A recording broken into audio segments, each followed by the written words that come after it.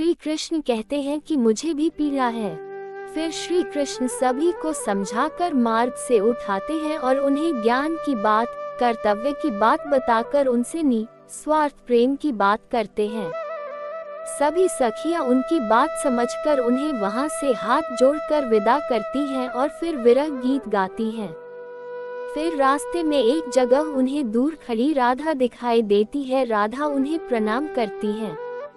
कुछ दूर जाने के बाद रथ के आसपास कुछ घुड़सवार एकत्रित हो जाते हैं। कृष्ण पूछते हैं, ये सब कौन है अक्रूर जी? अक्रूर जी कहते हैं, ये सब अपने ही साथ ही हैं। सुरक्षा के लिए अपने साथ आए हैं।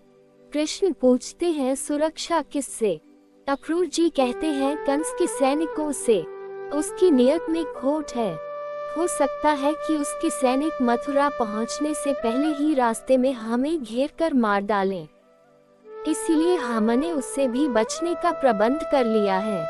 फिर अक्रूर जी अपनी योजना बताते हैं। श्री कृष्ण मुस्कुराकर कहते हैं, मान गए हम आपकी सुरक्षा प्रणाली को। सचमुच आप यादवों के सरदार हैं। आपकी जितनी प्रशंसा की जाए कम है। बलराम भी कहते हैं, हाँ सचमुच। अक्रूर जी कहते हैं, राजकुमार कृष्ण, हमें तो अपनी प्रशंसा या किसी पदवी की चिंता नहीं है। चिंता तो केवल आपकी सुरक्षा की है। कृष्ण ये सुनकर बलराम की ओर देखकर मुस्कुरा देते हैं। फिर अक्रूर जी कहते हैं कि ये हमारा दुर्भाग्य है कि हम स्वयं आपको एक हत्यारे के पास लेकर जा रहे हैं और हमारी आत्मा इसे स्वीकार नहीं कर रही है। तब श्री कृष्ण कहते हैं कि तो फिर आप क्या करेंगे? अक्रूर जी कहते हैं कि इसी धर्म संकट का निर्णय करना है कि हम क्या करें। एक ओर स्वामी की आज्ञा है तो दूसरी ओर हमारे साथियों का आग्रह है कि मथुरा में प्रवेश करने से पहले ही आपको भगाकर राज्य के किसी सुरक्षित स्थान पर ले जाएं। ये सुनकर श्री कृष्ण पूछते हैं कि तो आपने कोई निर्णय लिया? अक्रूर जी कहते हैं, नहीं, इसी धर्म संकट में फंसा हुआ हूँ। वो भी धर्म है, ये भी धर्म है। ये सुनकर श्री कृष्ण कहते हैं, आप निर्णय नहीं कर सकते अक्रूर जी, परंतु मैं निर्णय कर चुका हूँ। अक्रूर जी आश्चर्य से पूछते हैं, क्या? तब श्री कृष्ण कहते हैं कि आपके सामने दो विरोधी कर्तव्य है। आप एक राजनीतिक धर्म निभा रहे हैं, परंतु मैं पुत्र का कर्तव्य निभा रहा हूँ। एक पुत्र होने के नाते मेरा केवल एक ही धर्म है और वह है अपने पिता के दिए हुए वचन को झूठा ना होने दूं। मेरे पिताश्री ने कंस को जो वचन दिया है उसका मुझे पालन करना होगा।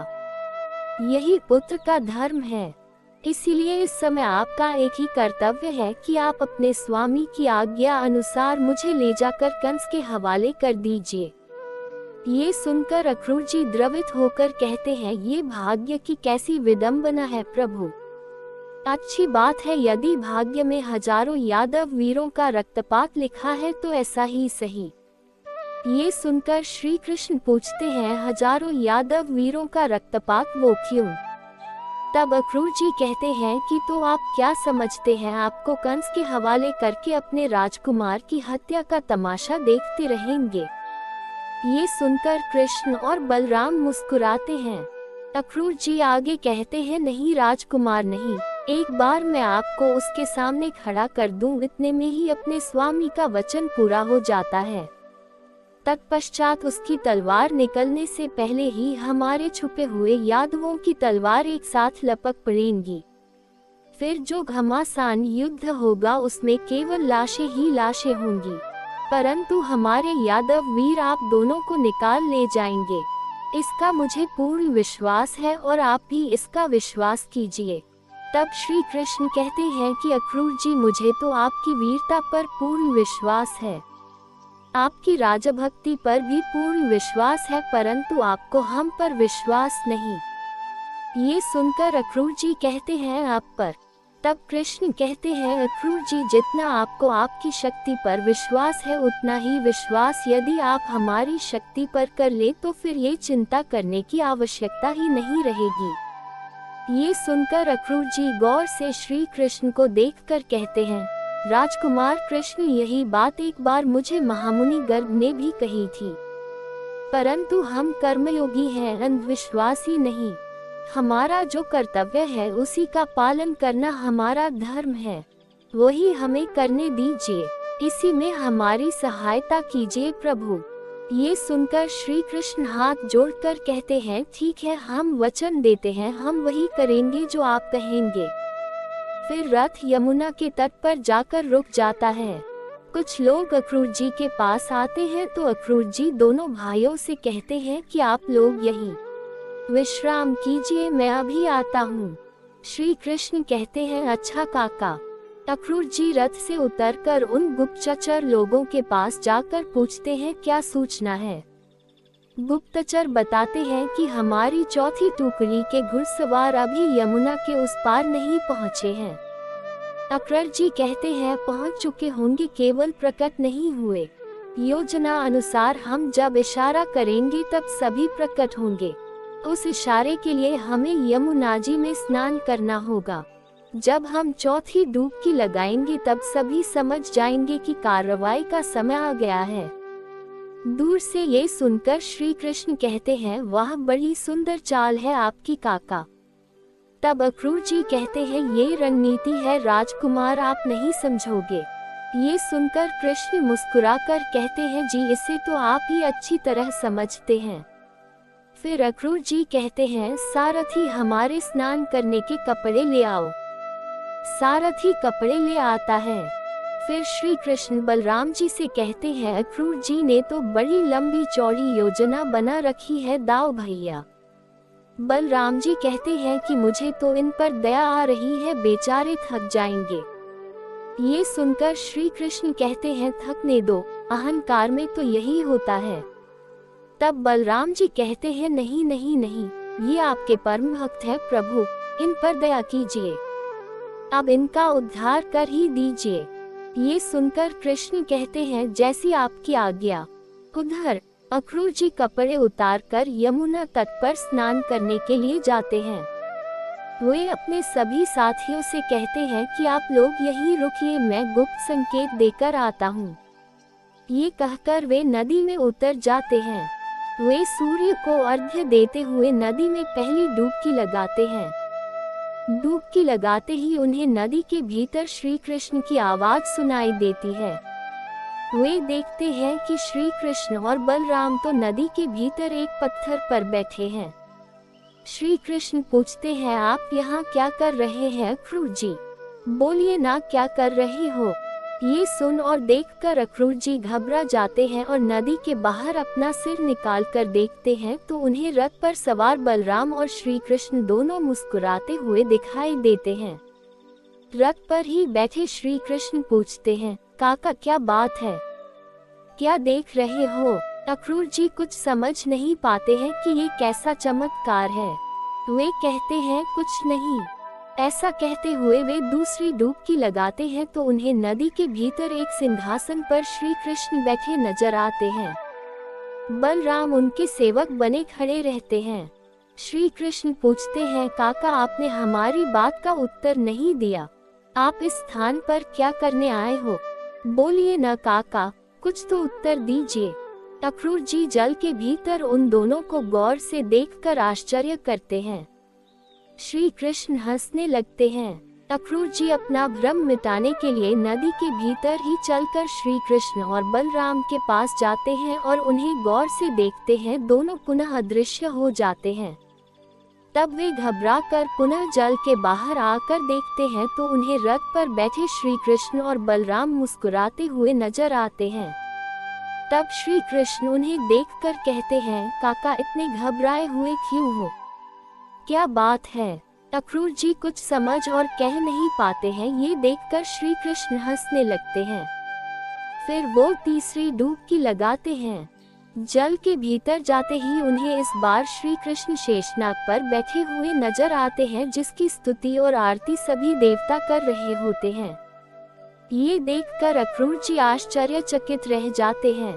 वो गौर से देखते हैं तो शेषनाग में उन्हें बलराम जी नजर आते हैं। वह इस अद्भुत माया को देखकर चकित होकर सभी देवताओं के पास जाकर उन्हें देखते हैं। सभी देवताओं द्वारा श्री कृष्ण की आरती उतारते देखकर चकित खड़े रहते हैं। वह श्री कृष्ण को गौर से देखते हैं तो उन्हें विष्णु भगवान के सभी अवतार नजर आते हैं। अक्रूर जी हाथ जोड़कर खड़े हो जाते हैं और यह अद्भुत लीला देखते रहते हैं। फिर हाथ जोड़े वे धीरे धीरे वे देवताओं के बीच से होते हुए श्री कृष्ण की ओर बढ़ते हैं और उनके पास जाकर खड़े हो जाते हैं। तब श्री कृष्ण कहते हैं, हे महात्मा, हम तुमसे अति प्रसन्न हैं। बहुत काल से हमारी सुरक्षा की चिंता के कारण तुम्हारे हृदय में केवल हमारा ही ध्यान और हमारा ही चिंतन था। ये अवस्था बड़े बड़े योगियों को भी सहज में प्राप्त नहीं होती कि उनके हृदय में प्रतिक्षण केवल हमारा ही अखंड ध्यान रहे। ये सुनकर अक्रूर जी की आंखों में आंसू आ जाते हैं। तब श्री कृष्ण कहते हैं कि यह अवस्था तुम्हें अपने पूर्व जन्मों की तपस्या और गुरु कृपा से प्राप्त हुई है, जिसके फलस्वरूप तुम्हें हमारे दुर्लभ दर्शन प्राप्त हुए हैं।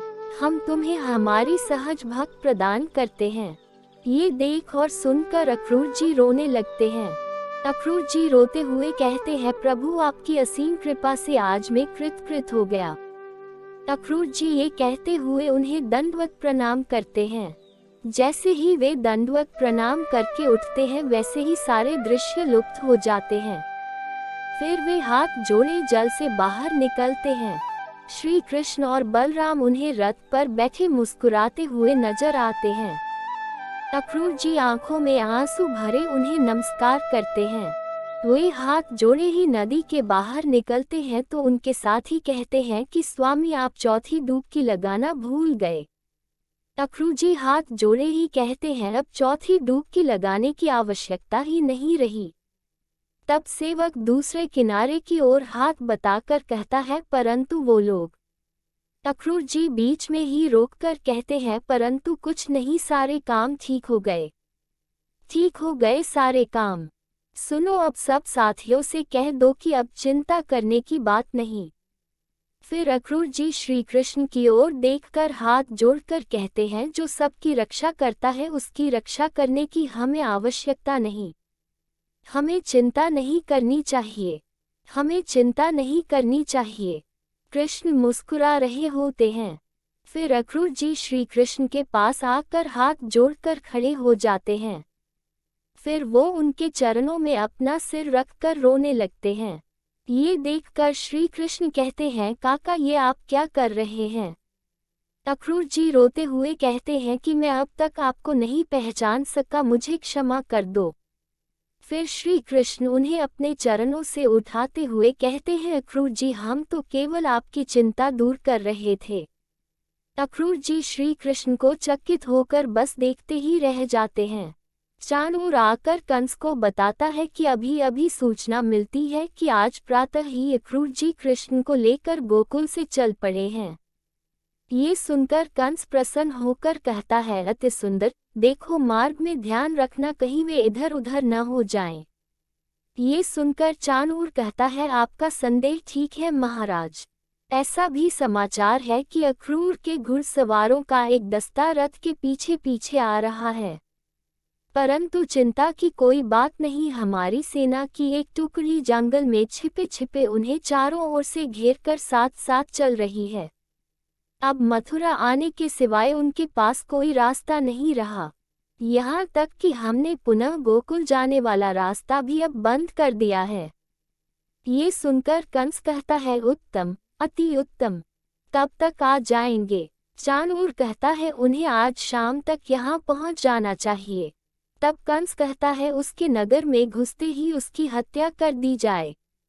इस पर चाणूर कहता है कि ऐसा नहीं कर सकते, क्योंकि उसके यहाँ आने से पहले ही नगर में ये खबर फैल गई है कि कृष्ण मथुरा का उत्सव देखने आ रहा है, और लोगों को ये सूचना भी न जाने कैसे मिल गई है कि कृष्ण नंद का पुत्र नहीं है बल्कि देवकी का 8वां पुत्र है।